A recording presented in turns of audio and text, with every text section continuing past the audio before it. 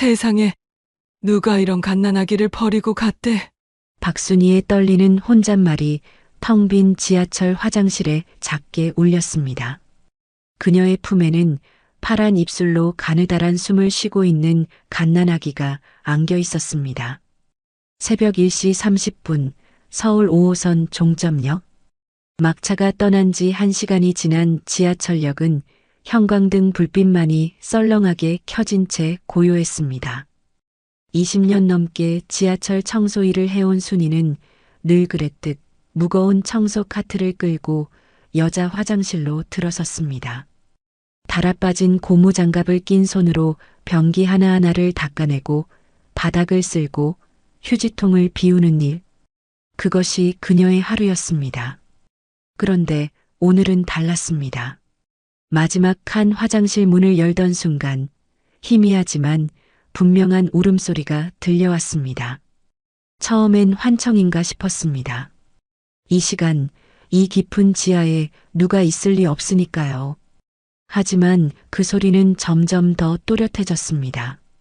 약하고 가늘지만 분명 살아있는 생명의 울음이었습니다. 순이는 급히 손전등을 켰습니다. 휴지통 옆 차가운 타일 바닥에 낡은 분홍색 헝겊에 쌓인 채 무언가가 떨고 있었습니다. 순이가 다가가 그 헝겊을 들어 올리는 순간 그녀의 심장이 멎는 듯 했습니다. 아기였습니다. 태어난 지 며칠 되지 않은 듯한 작은 아기. 온몸이 차갑게 식어가고 있었고 입술은 파랗게 질려 있었습니다.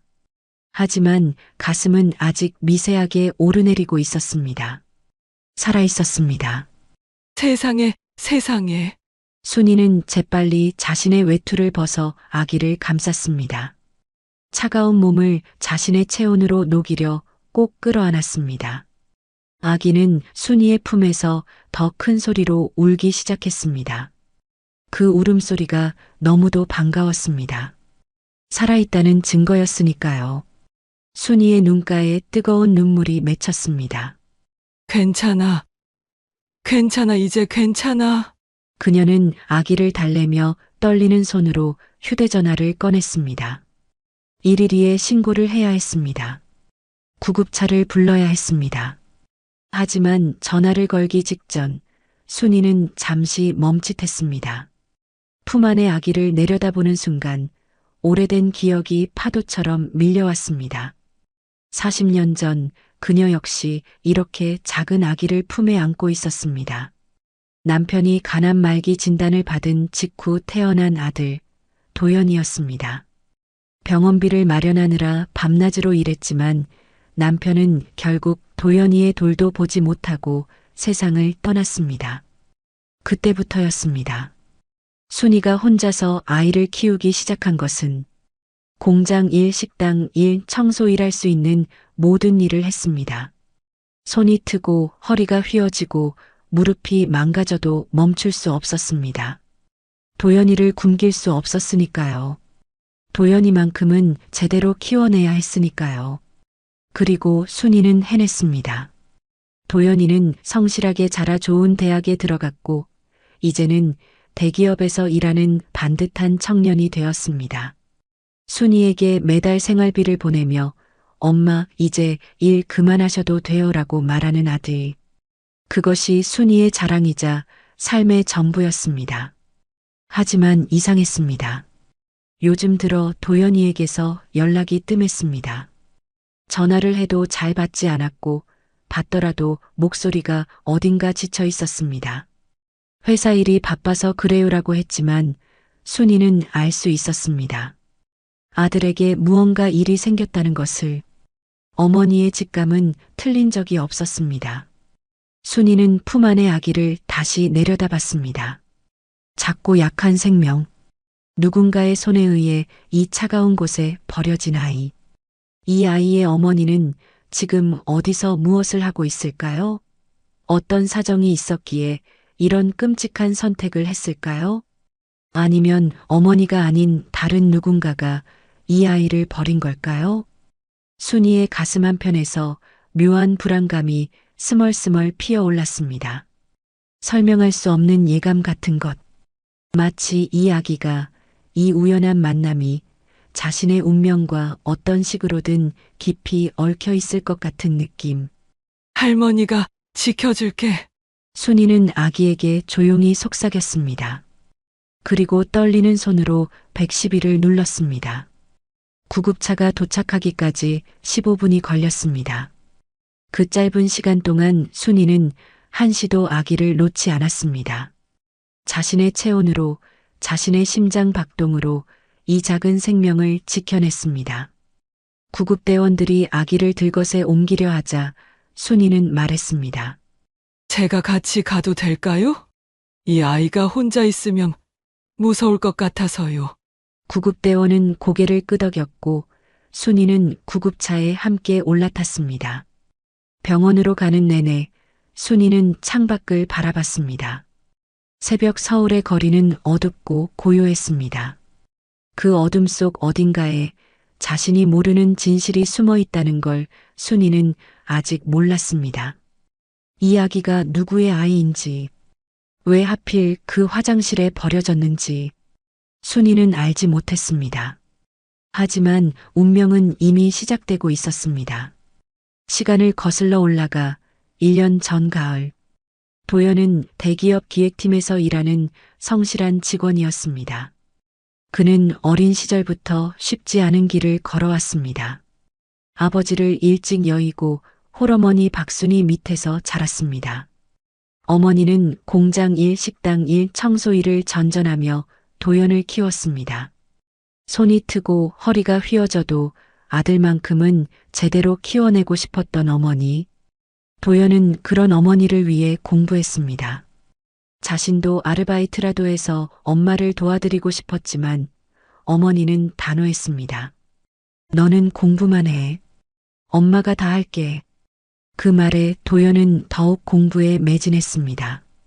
학교 수업이 끝나면 도서관에서 밤늦게까지 공부했습니다. 키도 훤칠하고 잘생긴 외모 덕분에 학생 때부터 여학생들에게 인기가 많았습니다. 고백 편지도 여러 번 받았고 소개팅 제안도 많았습니다. 하지만 도연은 한눈 팔지 않았습니다. 친구들이 PC방에 갈 때도 연애 이야기를 할 때도 도연은 책상 앞에 앉아 공부에만 열중했습니다. 그 노력은 헛되지 않았습니다. 도연은 좋은 대학에 합격했고 장학금을 받으며 학교를 다녔습니다. 그리고 졸업 후 대기업에 입사했습니다. 어머니가 평생 허리 굽혀 일하며 자신을 키워준 것을 잊지 않았기에 도연은 누구보다 열심히 살았습니다.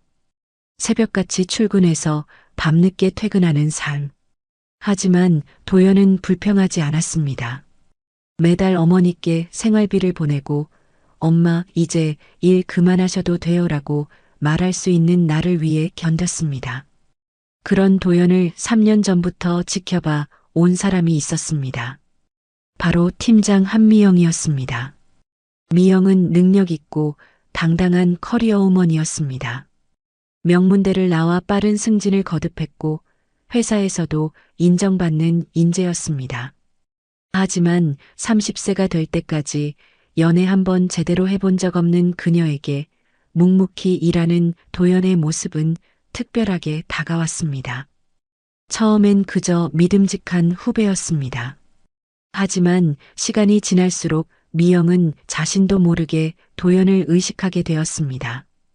그가 웃을 때, 그가 진지하게 서류를 검토할 때, 그가 동료들과 밥을 먹을 때, 미영의 시선은 자연스럽게 도연에게 향했습니다. 그리고 그 감정은 점점 집착으로 변해갔습니다. 그해 9월 회사에 변화가 찾아왔습니다. 다음 주부터 기획팀에 신입계약직 몇 명이 배치됩니다. 잘 좀 챙겨주세요. 인사팀 공지와 함께 새로운 직원들이 들어왔습니다. 그 중에는 차하경이라는 이름의 여자가 있었습니다. 하경은 조용하고 차분한 사람이었습니다. 화려하지는 않았지만 단정한 인상에 일을 꼼꼼하게 처리했습니다. 다른 계약직들이 빨리 정규직이 되려고 눈치를 보는 것과 달리 하경은 담담하게 자기 일만 했습니다. 도연이 처음 하경에게 말을 건 건 그녀가 출근 첫날 복사기 앞에서 난감해하고 있을 때였습니다. 이 버튼 누르시면 돼요. 아, 감사합니다. 짧은 대화였지만 도연은 하경의 눈빛에서 뭔가 다른 것을 느꼈습니다. 세상에 지치지 않은 맑은 눈빛, 돈이나 지위에 흔들리지 않는 단단함 같은 것. 그 후로 두 사람은 자연스럽게 가까워졌습니다. 점심시간에 같이 구내식당에 가고 야근할 때 커피를 나눠 마시고 퇴근길이 같은 방향이라 지하철역까지 함께 걸었습니다. 도연은 하경과 있으면 편안했습니다. 특별히 애쓰지 않아도 되는 관계. 그것이 좋았습니다. 하지만 미영의 눈에는 그 모든 순간이 날카로운 유리 조각처럼 박혔습니다. 도연 씨, 요즘 저랑 점심 안 드시네요. 어느 날 미영이 은근히 물었을 때 도연은 아무렇지 않게 대답했습니다. 아, 하경 씨가 회사 구조를 잘 몰라서 제가 좀 알려주고 있어요. 그 말 한마디가 미영의 가슴에 비수처럼 꽂혔습니다. 미영은 조사를 시작했습니다. 차하경이 누구인지, 어디서 왔는지, 왜 이 회사에 들어왔는지. 하지만 이상하게도 하경에 대한 정보는 거의 없었습니다. 이력서에는 평범한 대학 졸업, 특별한 경력 없음. 그게 전부였습니다. 뭔가 이상해. 미영은 직감적으로 느꼈습니다. 하지만 그때는 몰랐습니다. 하경의 진짜 정체를. 11월 어느 금요일 밤 미영은 용기를 냈습니다. 야근을 마친 도연을 회의실로 불러 마주 앉았습니다. 도연 씨, 제가 할 말이 있어요. 미영의 목소리는 떨렸지만 그녀는 포기할 수 없었습니다. 3년을 기다렸습니다. 이제는 말해야 했습니다. 저 도연 씨를 좋아해요. 오래전부터요. 도연은 당황한 표정으로 미영을 바라봤습니다. 예상하지 못한 고백이었습니다. 팀장님, 한 번만 기회를 주세요. 제가 잘할게요. 미영의 눈에는 간절함이 가득했습니다. 하지만 도연은 천천히 고개를 저었습니다. 죄송하지만 저는 팀장님을 그런 감정으로 본 적이 없습니다. 그 말이 미영의 심장을 찢었습니다. 그럼 하경 씨 때문인가요? 미영의 목소리가 차갑게 변했습니다. 도연은 잠시 망설이다 솔직하게 대답했습니다. 저희 사귀고 있습니다. 순간 미영의 세상이 무너졌습니다. 3년간 쌓아온 모든 기대가, 상상했던 모든 미래가 한순간에 깨졌습니다. 얼마나 됐어요? 2달 정도요. 미영은 억지로 웃었습니다. 하지만 그 웃음 뒤에는 분노가 끓어오르고 있었습니다. 그래요. 축하해요. 미영은 자리에서 일어나 회의실을 나갔습니다. 하지만 복도를 걸으며 그녀의 손은 주먹으로 쥐어져 있었습니다. 차하경, 대체 넌 누구야? 그날 밤부터 미영의 집착은 더 깊어졌습니다. 하경을 미행하고 사진을 찍고 모든 행동을 감시했습니다. 그리고 마침내 충격적인 사실을 알아냈습니다. 어느 날 하경이 회사 회장과 함께 고급 레스토랑에 들어가는 모습을 목격한 것입니다. 미영은 몰래 따라가 창문 너머로 그 장면을 지켜봤습니다. 회장이 하경의 손을 잡으며 뭔가 말하고 있었습니다. 그리고 하경은 환하게 웃으며 고개를 끄덕였습니다. 마치 아버지와 딸처럼. 미영은 즉시 조사를 시작했습니다. 회장의 가족관계를 샅샅이 파헤쳤습니다. 그리고 알게 됐습니다. 차하경, 회사 회장의 막내딸.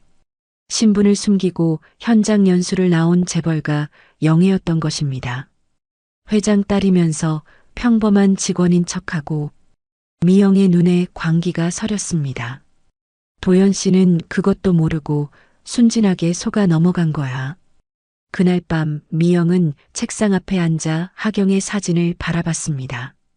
그 사진을 가위로 찍고 또 찢었습니다.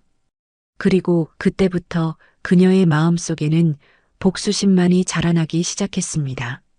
하경을 향한, 도연을 향한, 그리고 세상을 향한 분노. 그 분노는 곧 끔찍한 결과를 낳게 됩니다. 미영이 하경의 정체를 알아낸 뒤 며칠이 흘렀습니다. 도연과 하경은 여전히 점심을 함께 먹고 퇴근길을 함께 걸었습니다. 미영은 그 모습을 멀리서 지켜보며 이를 갈았습니다. 하지만 아무것도 할 수 없었습니다. 하경이 회장의 딸이라는 사실을 알고 나니 함부로 건드릴 수 없었습니다. 저 둘의 관계를 회장님은 알고 계실까? 미영의 머릿속에 한 가지 생각이 떠올랐습니다. 만약 회장이 모른다면 알게 됐을 때 어떤 반응을 보일까? 재벌가 딸과 평범한 직원의 연애. 회장이 그걸 좋아할 리 없었습니다. 그리고 미영의 예상은 적중했습니다. 얼마 후 회장은 비서로부터 보고를 받았습니다. 현장 연수 중인 막내딸이 회사 직원과 교제하고 있다는 내용이었습니다. 조사해봐. 그 남자 배경부터 전부. 회장의 목소리는 차갑게 가라앉아 있었습니다. 며칠 후 상세한 보고서가 회장의 책상 위에 놓였습니다. 도연의 학력, 근무 태도, 그리고 홀어머니 밑에서 자란 집안 배경까지.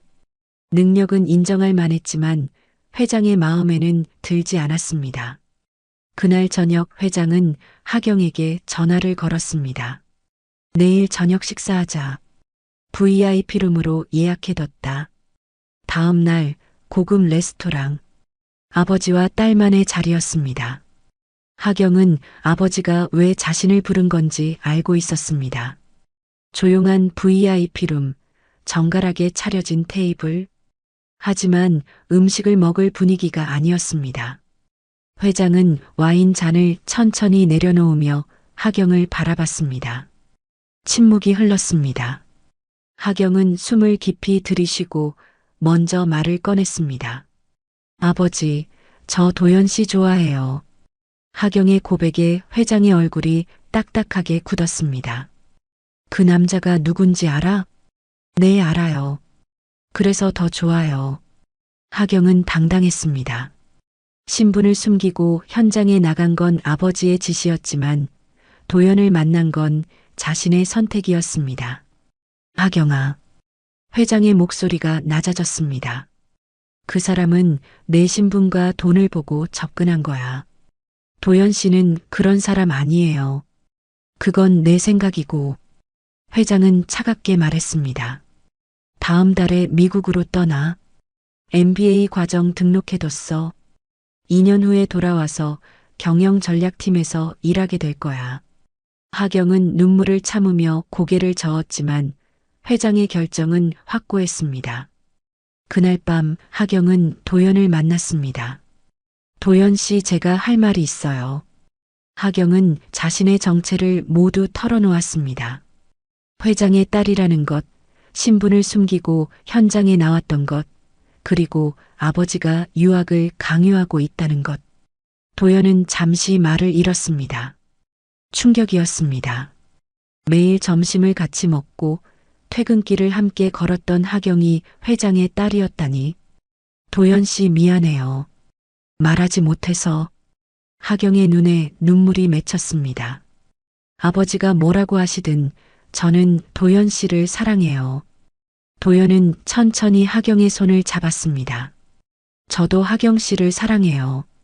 하지만 제가 하경 씨한테 맞는 사람일까요? 저한테는 도연 씨가 제일 소중한 사람이에요. 하경의 눈에서 눈물이 흘러내렸습니다. 제가 회장님을 설득할게요. 제대로 인사드리고 인정받을게요. 도연의 목소리는 진지했습니다. 도연의 눈빛은 진지했습니다. 얼마 뒤 하경은 공항으로 향하는 차에 올랐습니다. 회장이 직접 배웅을 나왔습니다. 하지만 공항 게이트를 지나 탑승 수속을 마친 하경은 화장실로 향했습니다. 그리고 1시간 후 다른 출구로 조용히 빠져나왔습니다. 하경은 공항 밖에서 택시를 잡았습니다.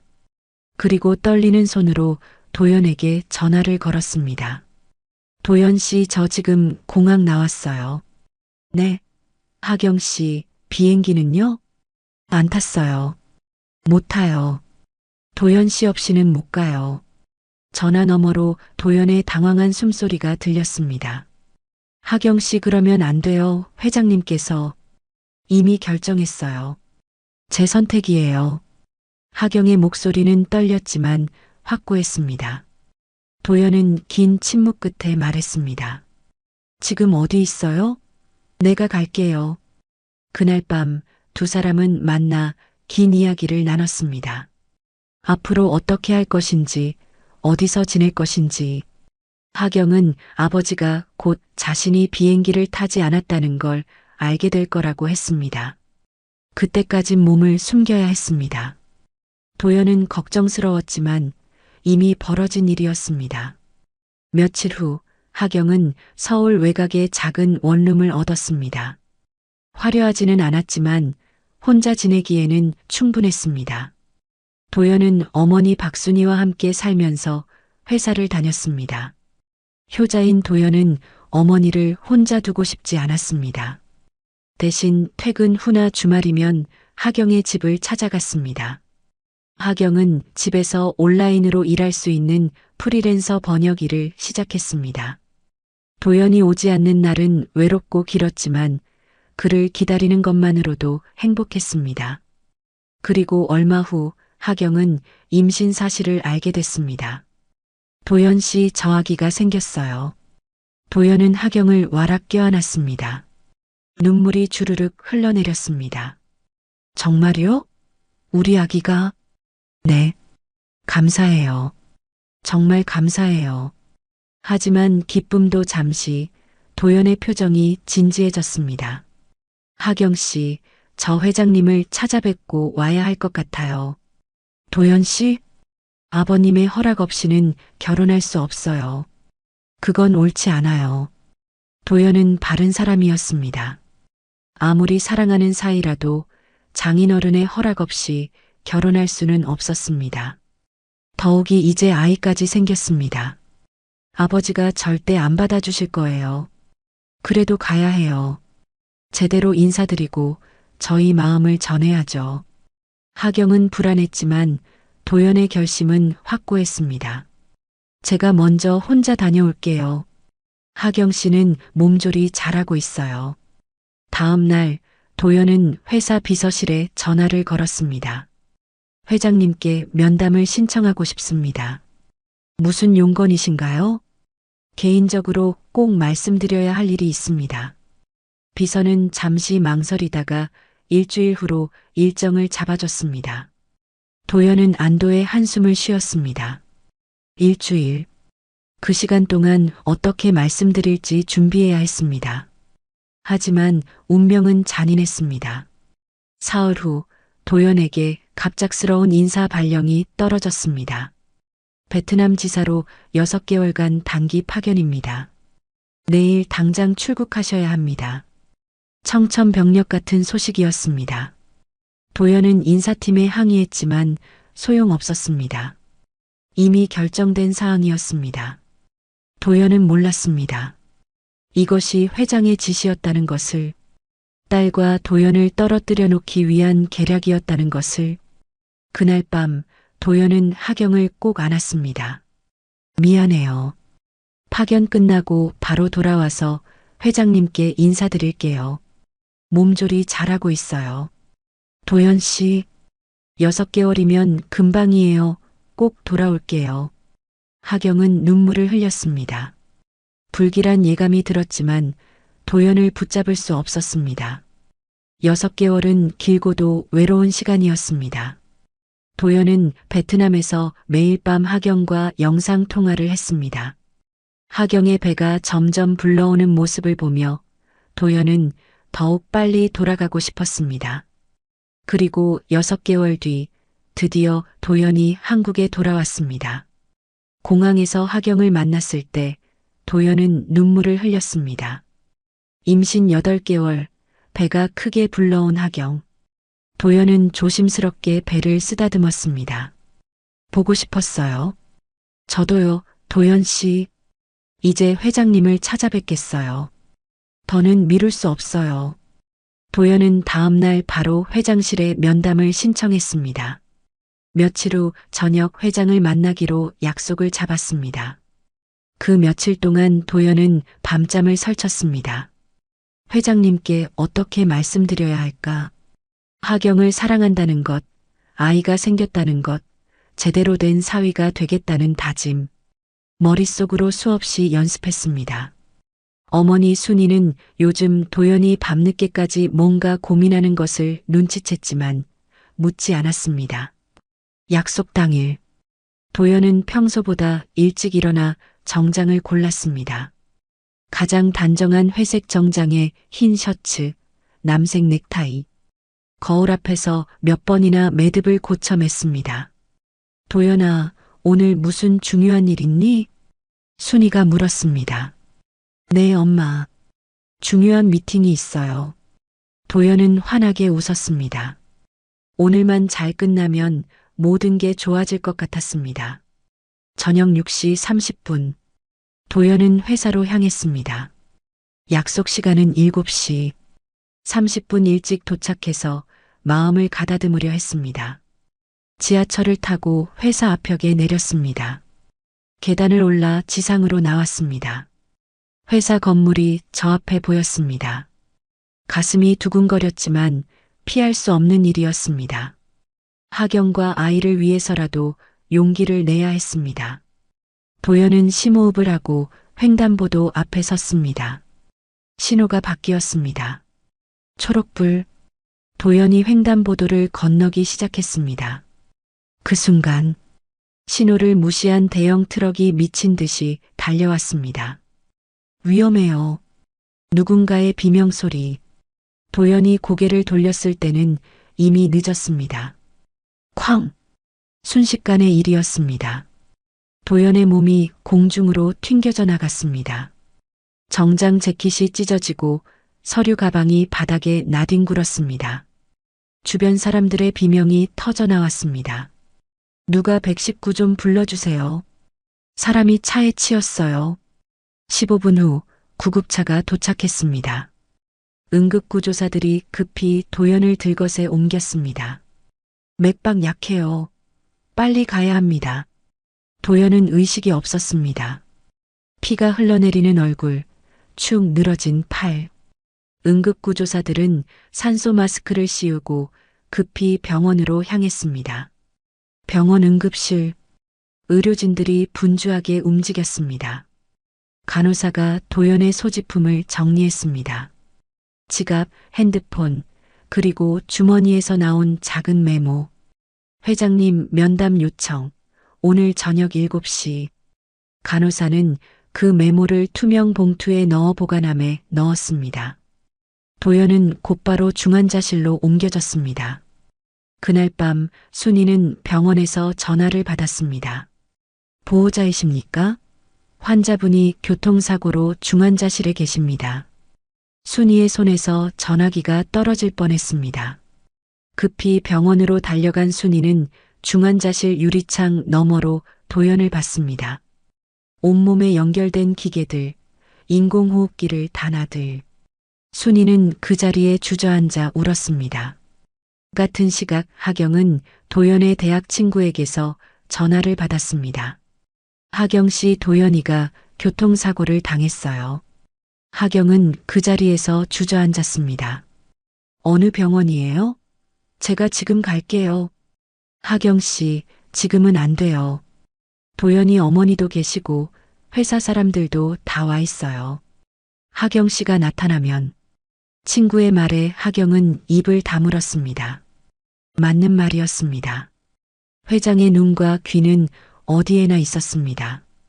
병원에 나타나는 순간 소식이 아버지에게 갈 것이 분명했습니다. 하경은 택시를 타고 병원 근처까지 갔습니다.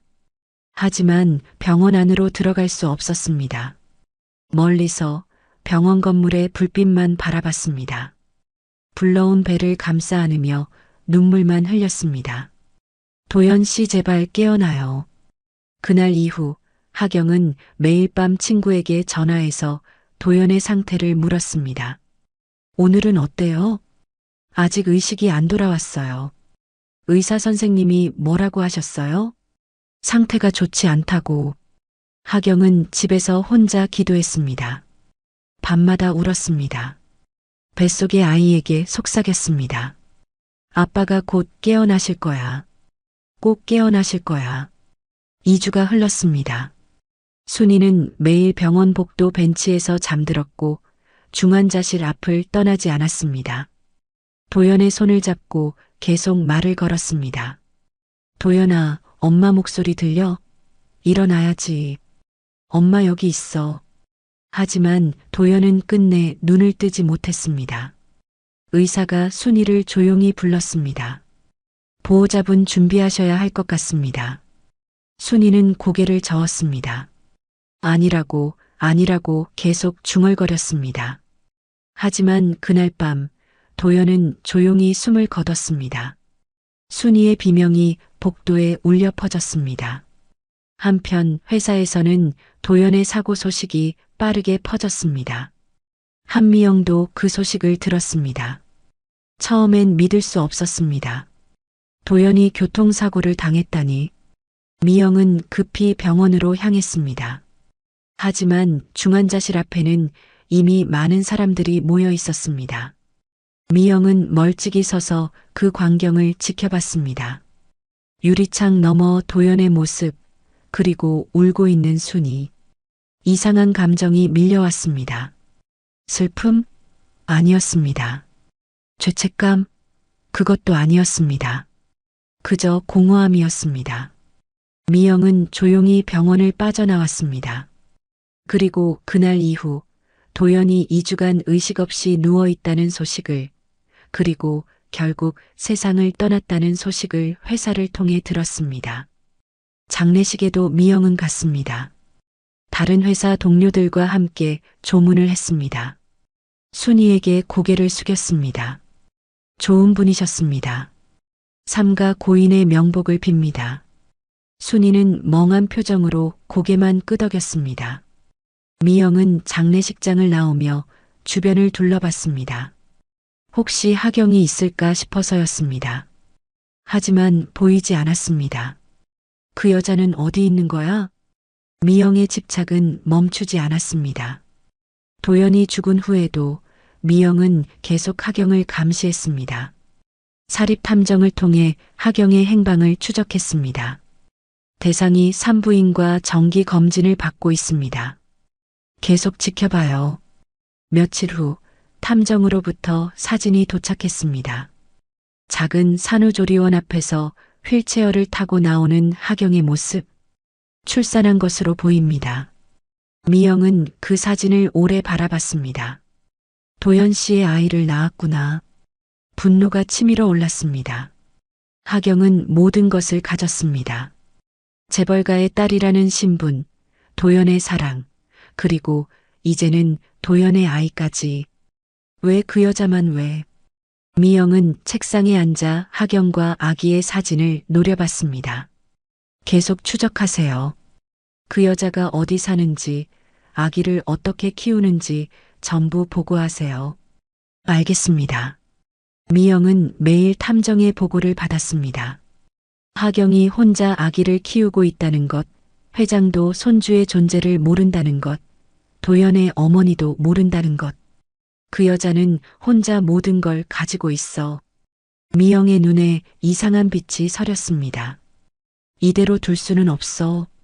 그날 밤 미영은 탐정에게 전화를 걸었습니다. 그 산후조리원 위치 정확히 알려주세요. 제가 직접 확인하고 싶습니다. 며칠 후 미영은 그 산후조리원 근처를 배회했습니다. 작은 건물, 조용한 주택가. 하경이 아기와 함께 그 안에 있었습니다. 미영은 창문 너머로 하경을 봤습니다. 아기를 안고 젖을 먹이는 모습. 평화로워 보였습니다. 너무 평화로워. 도연 씨는 죽었는데 너는 행복해 보여. 미영의 마음속에서 어두운 생각이 자라나기 시작했습니다. 그리고 얼마 후 미영은 끔찍한 결심을 했습니다. 하경이 잠시 자리를 비운 사이 미영은 산후조리원에 잠입할 계획을 세웠습니다. 그 계획은 곧 실행될 것이었습니다. 3일장을 치르고 화장을 마친 후 순이는 텅 빈 집으로 돌아왔습니다. 도연이의 방은 그대로였습니다. 책상 위에 놓인 노트북, 옷장에 걸린 정장, 신발장에 운동화. 모든 것이 그대로인데 도연이만 없었습니다. 순이는 며칠을 멍하니 보냈습니다. 밥도 먹지 않았고 잠도 오지 않았습니다. 그저 도연이의 방문 앞에 앉아 시간을 보냈습니다. 그러던 어느 날 밤 전화벨이 울렸습니다. 어머님, 저 도연 씨 회사 동료인데요. 낯선 여자의 목소리였습니다. 한미영이라는 이름을 밝힌 그 여자는 조심스럽게 말을 이었습니다. 혹시 도연 씨가 사귀던 사람에 대해 들으신 적 있으신가요? 순이는 천천히 대답했습니다. 이름은 못 들었어요. 그냥 회사에 좋아하는 사람이 있다고만. 전화 너머로 잠시 침묵이 흘렀습니다. 그리고 미영의 목소리가 다시 들려왔습니다. 그 사람 사실은 저희 회사 회장님 딸이었어요. 신분을 숨기고 현장 연수 나와 있었던. 순이의 손에서 전화기가 미끄러질 뻔했습니다. 그런데 지금 그 사람이 어디 있는지 아무도 몰라요. 장례식에도 안 왔던 것 같고 미영은 더 말하려다 멈췄습니다. 사실 그녀는 하경의 행방을 알고 있었습니다. 며칠 전 우연히 목격한 장면. 한 산부인과 병원을 몰래 드나드는 하경의 모습. 그리고 그 병원 산후조리원 명단에 적힌 차하경이라는 이름. 하지만 미영은 그 사실을 순이에게 말하지 않았습니다. 전화를 끊은 후 순이는 더 깊은 혼란에 빠졌습니다. 도연이에게 연인이 있었다는 것, 그것도 재벌가 딸이었다는 것. 하지만 왜 장례식에 오지 않았을까? 도연이를 정말 사랑했다면 말입니다. 그로부터 일주일 후 순이는 다시 출근했습니다. 집에만 있으면 미칠 것 같았습니다. 도연이 생각만 하다가는 정말 살아갈 수 없을 것 같았습니다. 그래서 순이는 청소 카트를 끌고 다시 지하철역으로 향했습니다. 그리고 그날 밤 운명적인 순간이 찾아왔습니다. 화장실에서 발견한 아기. 순이가 구급차에 동승해 병원으로 갔고 응급실에서 아기는 간신히 목숨을 건졌습니다. 저체온증과 탈수 증세가 심했지만 다행히 생명에는 지장이 없었습니다. 유기된 신생아 사건으로 경찰에 신고가 들어갔습니다. 발견하신 분이시죠? 담당 경찰관이 순이에게 물었습니다. 네, 제가 발견했어요. 아기는 현재 병원에서 보호 중입니다. 건강 상태는 회복되고 있고요. CCTV 확인해서 유기한 사람 찾아야 하는데 혹시 의심되는 사람 보신 적 있으세요? 순이는 고개를 저었습니다. 그날 밤 지하철역엔 아무도 없었습니다. 경찰은 역 주변 CCTV를 모두 확보해 분석에 들어갔습니다. 그리고 3일 후 한 여자가 경찰서를 찾아왔습니다. 바로 차하경이었습니다. 제 아기예요. 하경은 떨리는 목소리로 말했습니다. 그녀의 눈은 밤새 울어붓고 얼굴은 헬쑥했습니다. 제가 잠시 병실을 비운 사이에 누군가 아기를 데려갔어요. CCTV에 찍혔다고 들었는데 경찰은 조용히 영상을 재생했습니다. 산후조리원 복도를 걷는 한 여자. 아기를 안고 나가는 뒷모습. 그 여자는 한미영이었습니다. 이 사람 아세요? 내 회사 선배예요. 하경의 목소리가 떨렸습니다. 경찰은 지하철역 CCTV도 함께 보여줬습니다. 새벽 시간 여자 화장실로 들어가는 미영의 모습. 그리고 30분 후 가방만 들고 나오는 모습. 범인을 특정했으니 곧 체포할 겁니다. 그런데 경찰이 다른 영상을 틀었습니다. 이분이 아기를 발견하신 분인데 혹시 아세요? 화면에 박순희의 얼굴이 나타났습니다. 하경의 눈이 커졌습니다. 손이 떨리기 시작했습니다. 이분이, 그녀는 알아봤습니다. 도연이 핸드폰 배경화면에 늘 띄워두었던 사진 속 그 얼굴. 도연이 우리 엄마라고 자랑스럽게 소개했던 그 사람. 제가 직접 찾아뵙고 싶어요. 하경은 순이의 연락처를 받았습니다. 그날 저녁 하경은 순이가 일하는 지하철역을 찾아갔습니다. 청소를 마치고 나오는 순이를 멀리서 지켜봤습니다. 허리가 굽은 작은 체구, 무거운 청소 카트를 끄는 모습, 그 모습이 하경의 가슴을 찢었습니다. 도연 씨는 이런 어머니를 위해 그렇게 열심히 살았구나. 하경은 천천히 다가갔습니다. 저기 실례지만 며칠 전에 아기를 구해주신 분 맞으시죠? 순이가 고개를 들었습니다. 20대 후반으로 보이는 여자가 자신을 바라보고 있었습니다. 아, 네, 맞아요. 제가 그 아기 엄마예요. 순이의 표정이 놀라움으로 물들었습니다. 정말 감사드려요. 어머님이 아니었다면. 하경의 목소리가 떨렸습니다. 어머님이라는 호칭이 자연스럽게 나왔습니다. 아니에요. 당연한 일을 했을 뿐이에요. 순이는 하경을 찬찬히 바라봤습니다. 예쁘고 단정한 얼굴. 하지만 그 눈에는 깊은 슬픔이 서려 있었습니다. 아기는 괜찮아요? 네, 덕분에 건강하게 회복했어요. 하경은 말을 이어가려다 멈췄습니다. 이분에게 진실을 말해야 할까? 이분의 아들이 자신의 연인이었고 그 아기가 도연의 아이라는 것을. 하지만 말할 수 없었습니다. 아들을 잃은 슬픔이 채 가시지도 않았을 이분에게 손주가 있었다는 사실을 어떻게 말할 수 있을까? 그것도 유기되었다가 겨우 살아난 아기라고. 저기 혹시 괜찮으시다면. 순이가 조심스럽게 말했습니다. 그 아기 제가 잠깐이라도 돌봐드릴 수 없을까요? 요즘 제가 혼자 있으면 너무 외로워서요. 하경은 순이의 눈을 바라봤습니다. 그 눈에는 간절함이 담겨 있었습니다. 제 아들을 얼마 전에 보냈어요. 교통사고로. 순이의 목소리가 떨렸습니다. 그 아이를 안았을 때 우리 아들이 생각났어요. 따뜻한 품이 필요한 아이잖아요. 제가 지켜주고 싶어요. 하경의 눈에서 눈물이 흘러내렸습니다. 이분은 몰랐습니다. 자신이 돌보고 싶다는 그 아기가 바로 자신의 손주라는 것을. 괜찮으시다면 부탁드려도 될까요? 순이의 간절한 눈빛 앞에서 하경은 천천히 고개를 끄덕였습니다. 그리고 그날 밤 두 사람은 함께 아기가 있는 병원으로 향했습니다. 순이가 아기를 처음 안았을 때 그녀의 얼굴에 미소가 번졌습니다. 따뜻해. 아기는 순이의 품에서 평화롭게 잠들었습니다. 하경은 그 모습을 지켜보며 눈물을 닦았습니다. 언젠가는 진실을 말해야 할 것입니다. 하지만 지금은 아니었습니다. 지금은 그저 이 따뜻한 순간을 지켜주고 싶었습니다.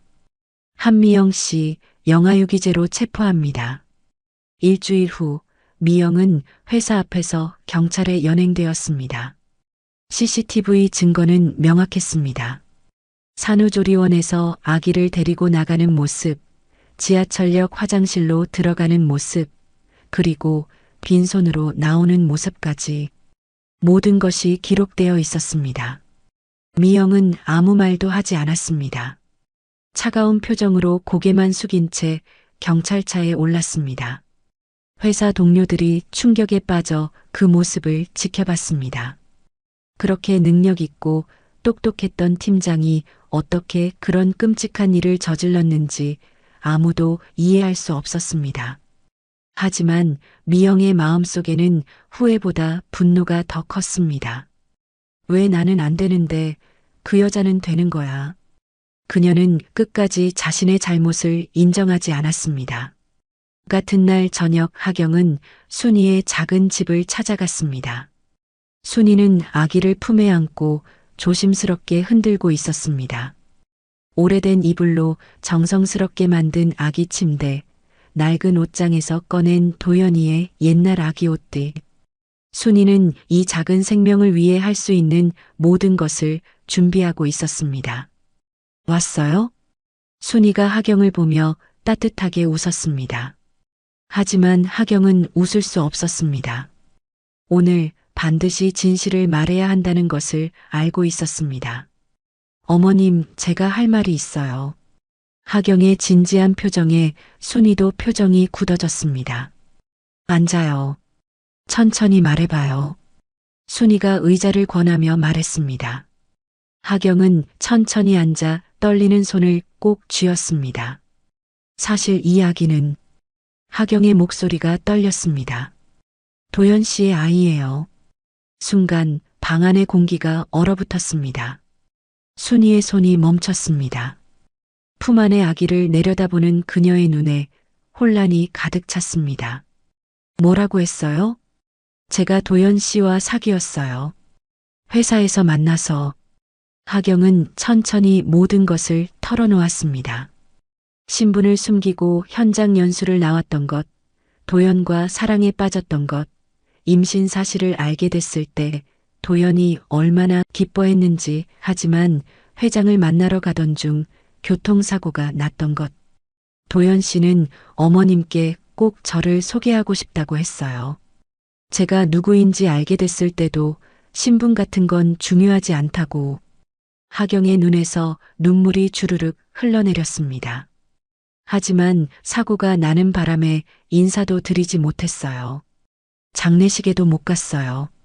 임신 9개월이라 몸이 너무 안 좋아서. 순이는 아무 말도 하지 못했습니다. 그저 품 안의 아기를 내려다볼 뿐이었습니다.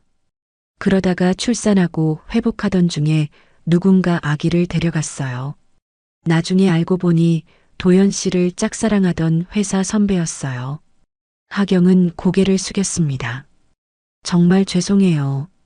이렇게 말씀드리게 돼서 어머님께서 아드님 잃고 얼마나 힘드실지 알면서도.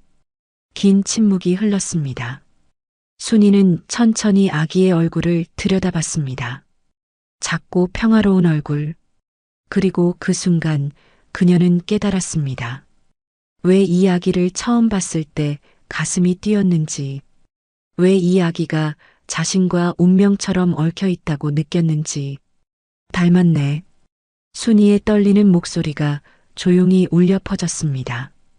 우리 도연이 어렸을 때랑 똑같아. 눈물이 뚝뚝 떨어졌습니다. 아기의 작은 얼굴 위로 순이의 뜨거운 눈물이 떨어졌습니다. 그럼 이 아이는 내 손주네. 순이는 아기를 더 꼭 껴안았습니다. 도연이의 얼굴이, 도연이의 숨결이, 도연이의 온기가 이 작은 생명 속에 살아 있었습니다. 죄송합니다. 정말 죄송합니다. 하경이 바닥에 무릎을 꿇으며 울었습니다. 도연 씨를 지켜주지 못해서, 어머님께 이렇게 늦게 알려드려서. 순이는 천천히 하경의 손을 잡았습니다. 아니에요. 그녀의 목소리는 따뜻했습니다. 당신도 힘들었을 거예요. 혼자 이 모든 걸 감당하느라. 순이는 하경을 일으켜 세웠습니다. 도연이가 당신을 많이 사랑했나 봐요. 그렇지 않았다면 이런 선물을 남기지 않았겠죠. 순이는 아기를 내려다보며 눈물을 닦았습니다. 이제라도 지켜주면 돼요. 우리가 함께 지켜주면 돼요. 하경은 고개를 들었습니다.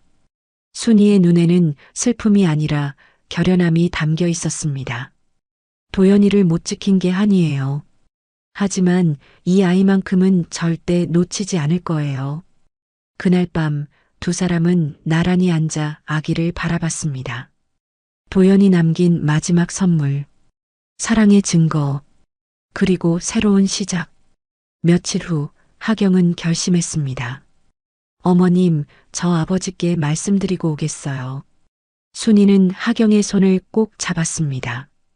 괜찮겠어요? 이제는 더 이상 숨길 수 없어요. 도준이에게 할아버지가 있다는 걸 알려드려야 해요. 하경은 떨리는 손으로 아버지에게 전화를 걸었습니다. 아버지 저예요. 할 말이 있어서요.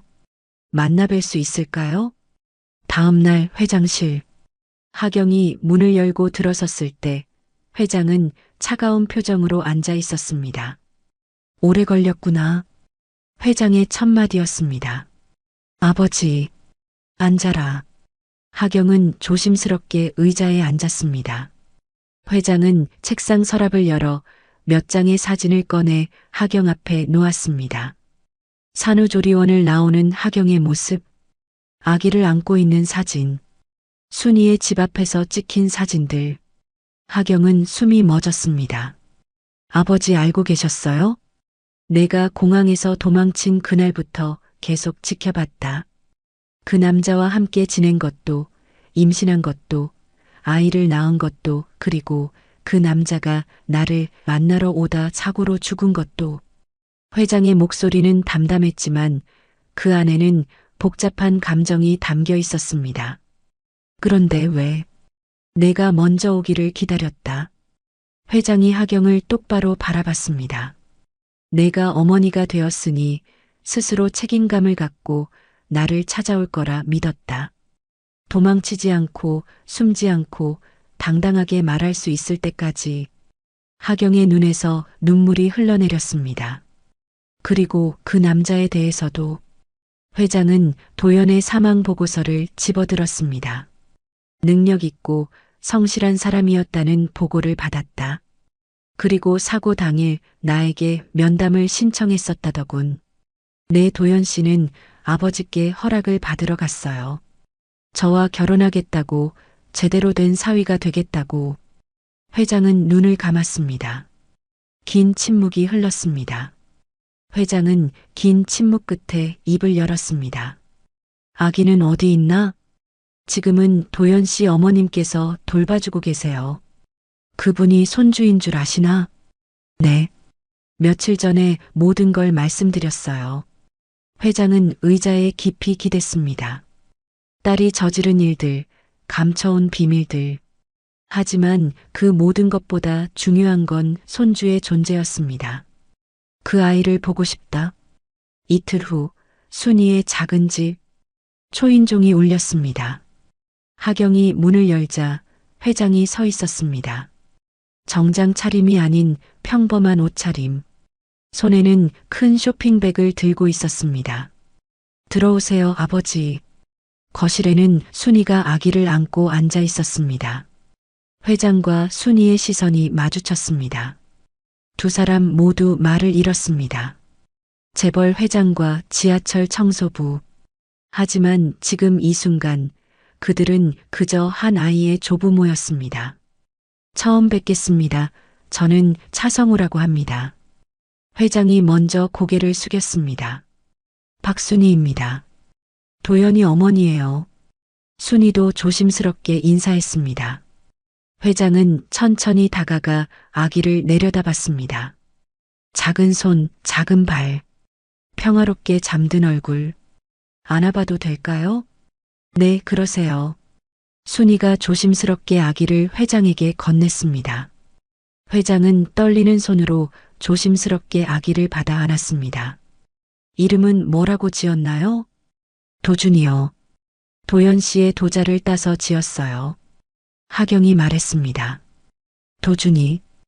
회장의 눈가가 붉어졌습니다. 평생 눈물을 보이지 않던 그였지만 손주를 안는 순간만큼은 참을 수 없었습니다. 미안하네요. 제가 그 젊은 친구를 힘들게 했습니다. 회장이 순이에게 말했습니다. 아니에요. 도연이가 회장님을 만나려고 했던 건 제대로 된 사위가 되고 싶어서였을 거예요. 순이의 목소리도 떨렸습니다. 좋은 아드님을 키우셨습니다. 제 딸이 그런 사람을 만난 게 행운이었어요. 회장은 아기를 내려다보며 말을 이었습니다. 이 아이는 제대로 키워야겠습니다. 두 분이 함께 해주신다면. 함께라니요? 순이가 놀라 물었습니다. 이 아이에겐 할머니도 필요하고 할아버지도 필요합니다. 그리고 어머니도 필요하고요. 회장이 하경을 바라봤습니다. 우리 모두 함께 이 아이를 키웁시다. 며칠이 지났습니다. 회장은 순이에게 더 나은 집을 마련해 주겠다고 했지만 순이는 정중히 거절했습니다. 이 집에서 도연이를 키웠어요. 이곳을 떠나고 싶지는 않습니다. 대신 회장은 집을 깔끔하게 수리해주고 아기에게 필요한 모든 것을 지원했습니다. 그리고 앞으로 도준이를 어떻게 키울 것인가에 대해 이야기했습니다. 하경이는 이제 회사로 복귀하거라. 도연이가 일하던 곳으로. 하경이 대답했습니다. 그럼 도준이는 누가 돌보죠?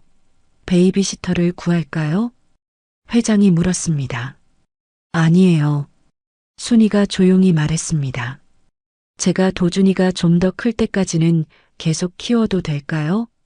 베이비시터보다는 할머니 품이 더 나을 것 같은데요.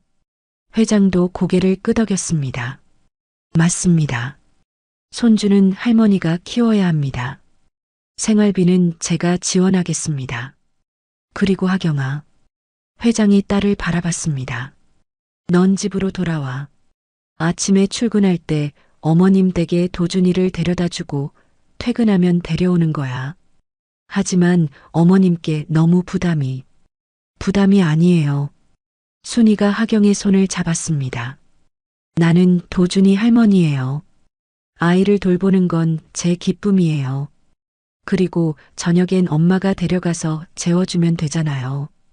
결국 그렇게 결정됐습니다. 하경은 아버지 회사 경영 전략팀으로 복귀했고 친정으로 돌아갔습니다. 회장의 집은 넓고 쾌적했습니다. 도준이를 위한 방도 따로 마련됐습니다. 매일 아침 하경은 도준이를 안고 순이의 집으로 향했습니다. 어머님, 오늘도 부탁드려요. 그래요. 우리 도준이 할머니랑 재미있게 놀자. 순이는 도준이를 받아 안으며 환하게 웃었습니다. 하경이 출근하면 순이가 도준이를 돌봤습니다. 분유를 먹이고 기저귀를 갈고 재우고 놀아주고 마치 30년 전 도연이를 키우던 그때처럼. 저녁이면 하경이 퇴근 후 순이의 집에 들러 도준이를 데려갔습니다. 오늘은 어땠어요? 잘 먹고 잘 잤어. 우리 도준이 참 착하지. 감사해요, 어머님. 하경은 도준이를 안고 친정으로 돌아갔습니다. 저녁에는 회장과 함께 도준이를 돌봤습니다. 할아버지는 손주와 함께하는 시간이 가장 행복했습니다. 한 달에 한 번쯤 회장은 순이와 하경을 호텔 식당으로 초청했습니다. 하경은 도준이를 안고 순이와 함께 호텔로 향했습니다. 호텔 식당의 조용한 개별실에서 회장이 두 사람을 맞이했습니다. 어서 오세요. 편하게 앉으세요. 평소 소박하게 지내는 순이에게 회장이 베푸는 작은 배려였습니다. 정갈한 음식들이 차려진 식탁 앞에서 하경은 도준이를 무릎에 안은 채 조심스럽게 식사를 했습니다. 도준이가 보채면 하경이 달래고 순이가 거들었습니다. 회장은 조용히 미소 지으며 그 모습을 바라보았습니다. 이 아이가 자라면 아빠가 어떤 사람이었는지 꼭 알려줄 거예요. 하경이 말했습니다. 도연이가 얼마나 성실하고 바른 사람이었는지, 사랑하는 사람을 위해 얼마나 용기 있게 행동했는지. 순이가 고개를 끄덕였습니다. 회장도 조용히 말했습니다. 그리고 이 아이에게 말해주겠습니다. 아버지가 할아버지를 만나러 오다 떠났다고. 그것이 내 평생의 빚이라고. 순이가 조용히 말했습니다. 아니에요. 이제 우리는 가족이에요. 빚 같은 건 없어요. 순이는 하늘을 올려다봤습니다. 도연아, 엄마가 잘 키울게. 내가 사랑했던 사람이랑 내가 남긴 선물을 엄마가 꼭 지켜낼게. 그리고 이제는 혼자가 아니야. 우리 모두가 함께 지킬 거야. 하경도 같은 하늘을 바라봤습니다.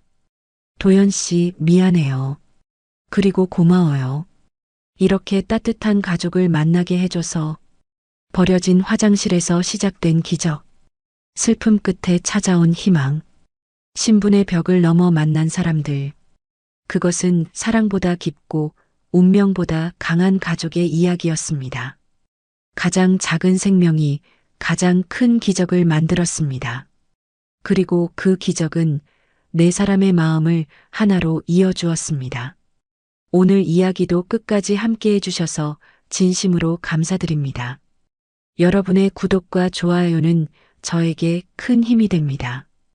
또 이 영상을 어느 지역에서 보고 계신지 댓글로 남겨주시면 더욱 반갑게 인사드리겠습니다. 항상 함께 해주셔서 감사드리며 여러분의 빛나는 인생은 지금부터 시작됩니다.